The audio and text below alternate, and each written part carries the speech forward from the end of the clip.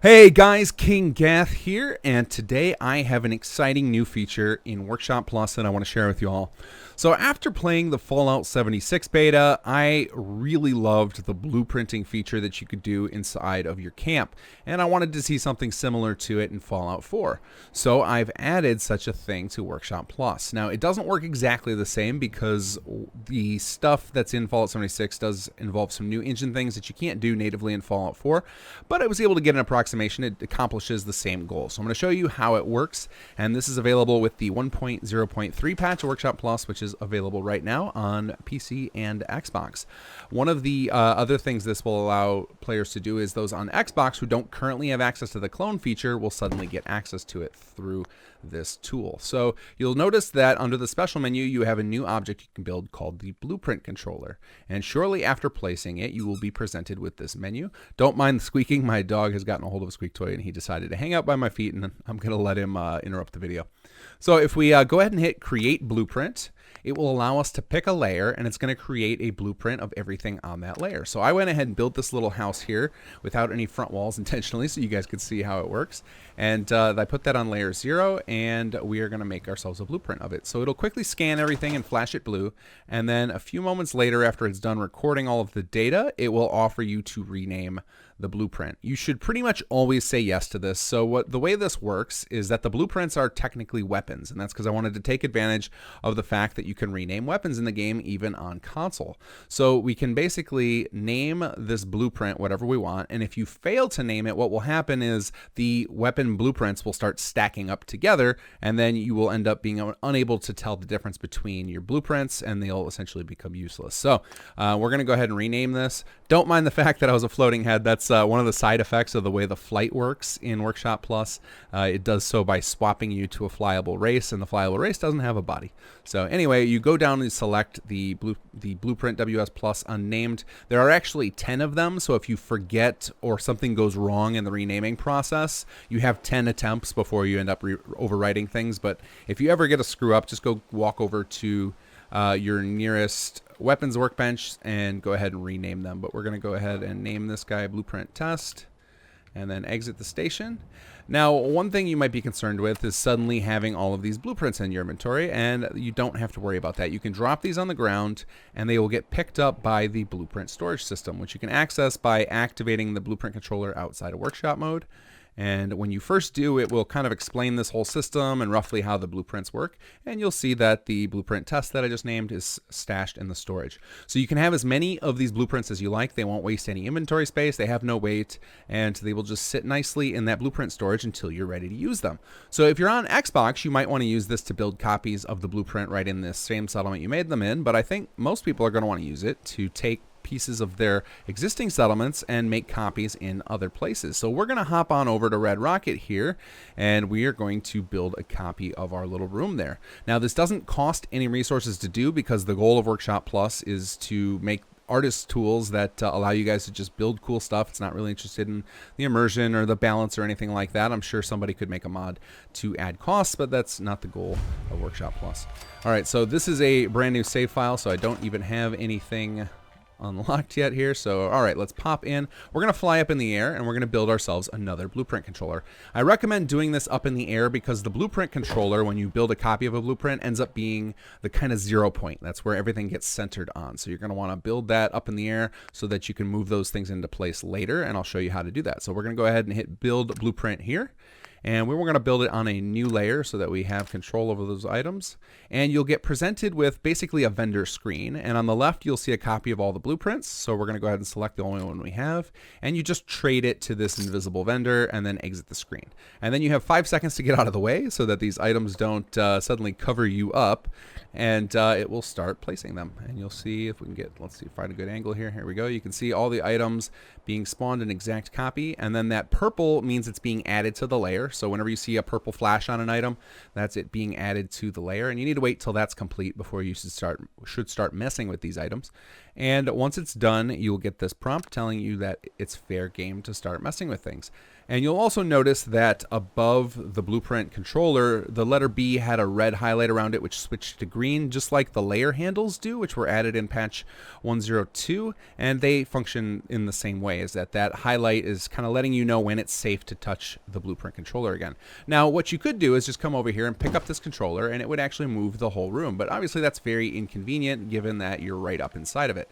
So what you can do is place the blueprint controller again somewhere else, and it will actually just move that, and then give it a second to do the pop-up, and we'll cancel out of that. And now it's still attached to all those items, even though you just moved it. So now you can pick it up, and you can more easily see what you're doing and move it into position. Now, here's something very, very important. If you're going to continue using the blueprint controller, you need to free it up from those items. So there are two ways you can do it. You can exit out of workshop mode and activate this to hide it, or you can stay in workshop mode, build it again, and when the menu pops up again, choose hide this, and the hiding will separate all of the items from the handle. So now if I build myself another copy and pick it up, cancel out of here, you'll notice that if I can pick it up here, there we go. It's not connected to the items anymore. So you always got to remember to wait for that pop-up message and dismiss it before you start messing with the actual controller. So now I can place this down again, and let's go ahead and build ourselves a fresh copy.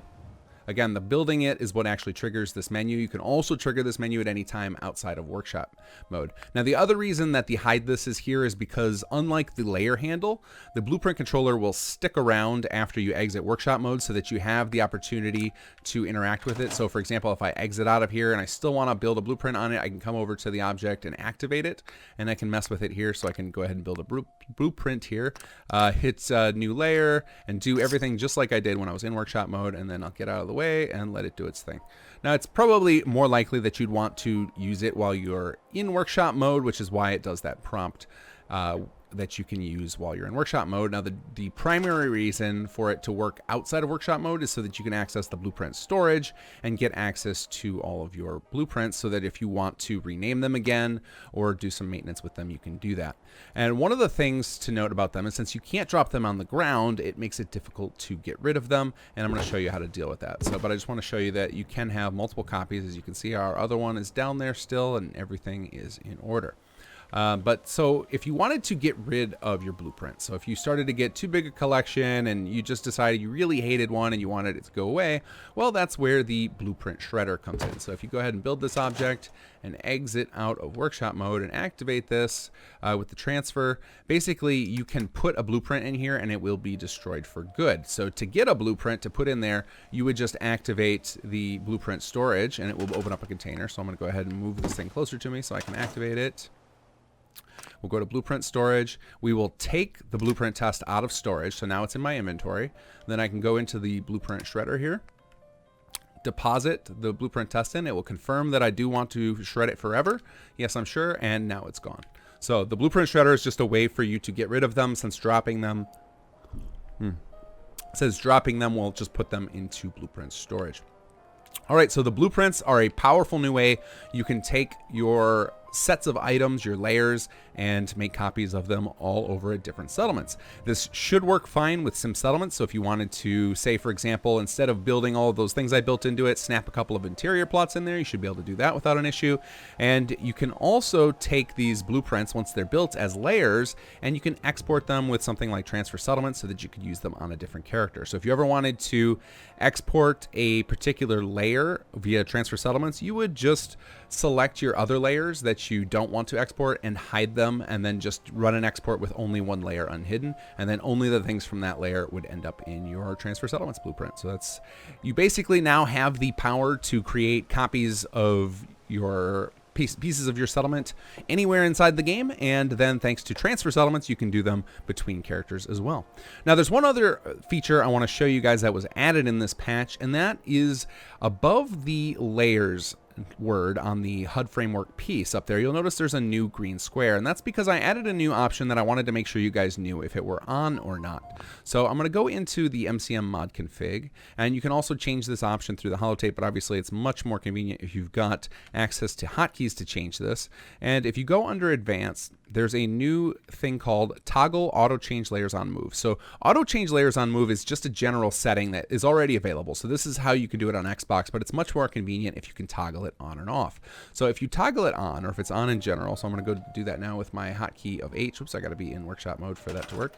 So if we toggle that on, you'll notice a little plus sign appeared up in the corner there. So whenever that mode is on, anything I pick up will get moved to the current layer. You don't even have to place it. You can just pick up and then cancel. So if I'm going to go ahead and create a new layer, so we're going to create layer 2, and we want to move some stuff over to it.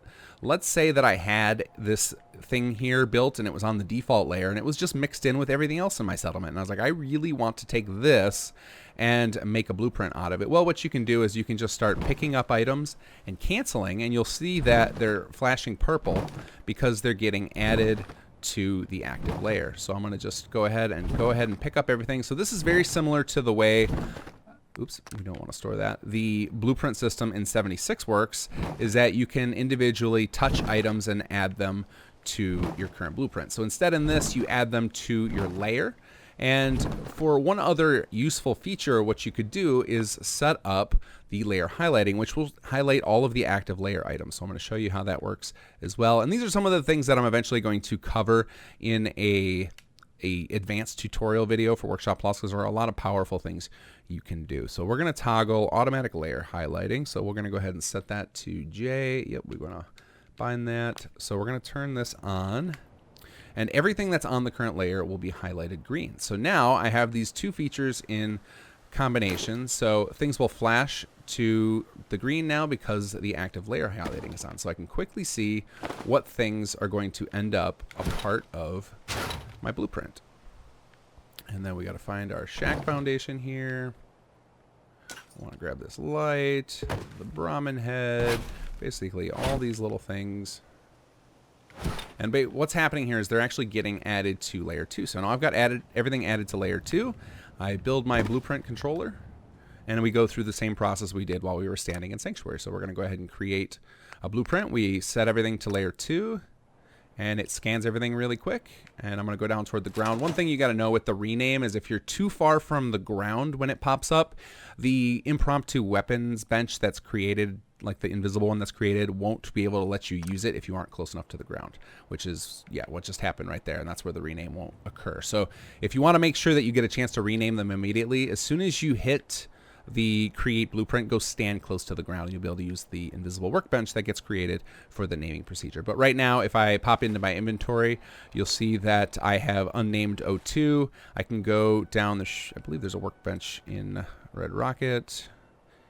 Yeah, here we go. So we can pop in here, go to craft, and we can rename it. So essentially what's the step you get to skip is having to find a weapons workbench if you're standing on the ground, which obviously can be a problem with the flight mode in Workshop Plus, but unfortunately that's a limitation of the engine. In order to use a workbench, your character does have to be able to animate to it, and unfortunately the headless body that I've used to allow for flight is unable to use weapon workbenches. So we're going to go ahead and name this guy Blueprint Red Rocket. And just for thoroughness, we're going to go ahead and create a copy of this so that you can see that everything works the exact same way. So you can basically take chunks of your existing settlements, make blueprints of them, and then build them wherever you like. So we're going to go ahead and we're going to build we're going to build on a new layer, and we're going to choose our Blueprint Red Rocket and exit out, back out of the way. And we should have a nice copy shortly of our, there we go, there it goes. So that's it. That's the blueprint system has a lot of powerful features, especially if you're on PC and you have access to toggle on and off the auto change layers. Now, like I said, if you're on Xbox and you can't auto change, so you'll see up in the upper hand corner that I still have my plus sign. I can turn it off at a glance. If you don't have access to that, so for example, if you are on Xbox, you can go into the holotape and you can turn that option on and off, and it will work the same way. You just don't have the ability to turn it on and off on the fly. So you have to remember that it's on or off, and that is where the icon up on the HUD framework piece helps, so that you don't end up screwing up some of your layers because you left that option on for too long.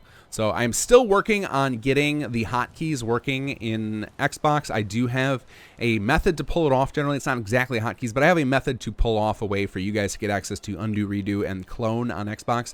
But in the meantime, this blueprint feature will do an approximation of layer cloning. And for everybody, you guys now can take chunks of your settlements and copy them all around the Commonwealth. So, all right, guys, I hope you enjoy this. Definitely grab the latest version of Workshop Framework, which is required for this update to Workshop Plus, and you will be good to go to start using the blueprint feature. All right, guys, take care and enjoy the mod.